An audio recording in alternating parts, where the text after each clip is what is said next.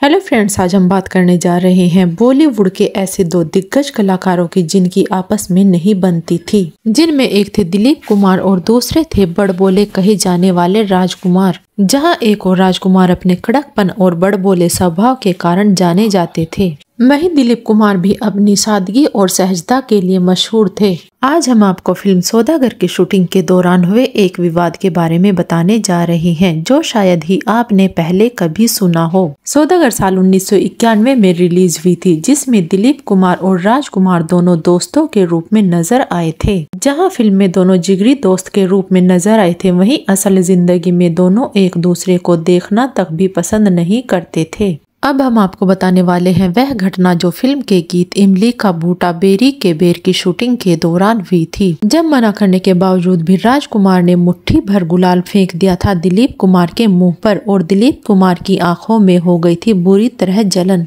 जिसके कारण रोकनी पड़ी थी शूटिंग बीच में ही। इस बात का खुलासा फिल्म के आर्ट डायरेक्टर रहे एक्टर प्रशांत नारायण ने किया था।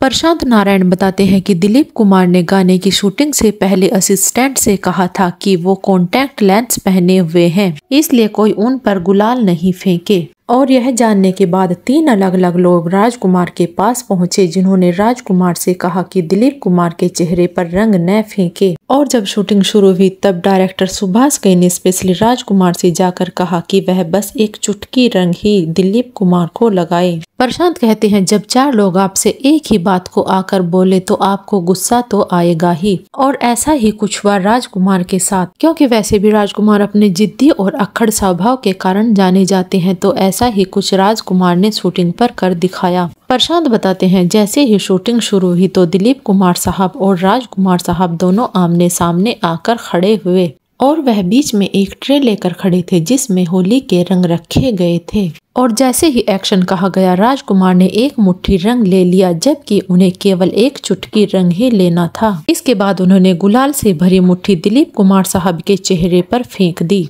और इसके बाद दिलीप कुमार बुरी तरह दर्द से तड़पने लगे, क्योंकि उन्होंने कॉन्टैक्ट लेंस लगाए हुए थे। दिलीप कुमार दर्द से तड़प रहे थे और राजकुमार भी वहीं खड़े थे। सेट पर पूरी तरह सन्नाटा छा गया और सुभाष घई ने आवाज लगाई, लाइट बंद करो। और अपनी इस हरकत के बाद राजकुमार ने कहा, पैकअप। इसके बाद राजकुमार वहां से निकल गए और दिलीप कुमार भी गुस्से में सेट छोड़कर चले गए। प्रशांत आगे कहते हैं, अब कोई रास्ता नहीं था कि दिलीप कुमार वापस आकर शूटिंग करे। वह बताते हैं, सुभाष घई ने सौदागर के लिए राजकुमार और दिलीप कुमार को साथ लाकर कास्टिंग में एक बड़ा बदलाव किया था, लेकिन सेट पर हमेशा तनाव की स्थिति रहती थी। दरअसल दिलीप कुमार और राजकुमार की दुश्मनी की शुरुआत साल 1959 में आई फिल्म पैगाम के दौरान हुई थी। उस समय पर दिलीप कुमार बड़े स्टार थे, जबकि राजकुमार उस समय पर नए थे, और फिल्म में राजकुमार दिलीप कुमार के बड़े भाई बने थे। और एक सीन के दौरान दोनों भाइयों में किसी बात को लेकर तकरार हो जाता है, जिसके बाद राजकुमार दिलीप कुमार को बहुत जोरदार थप्पड़ मार देते हैं,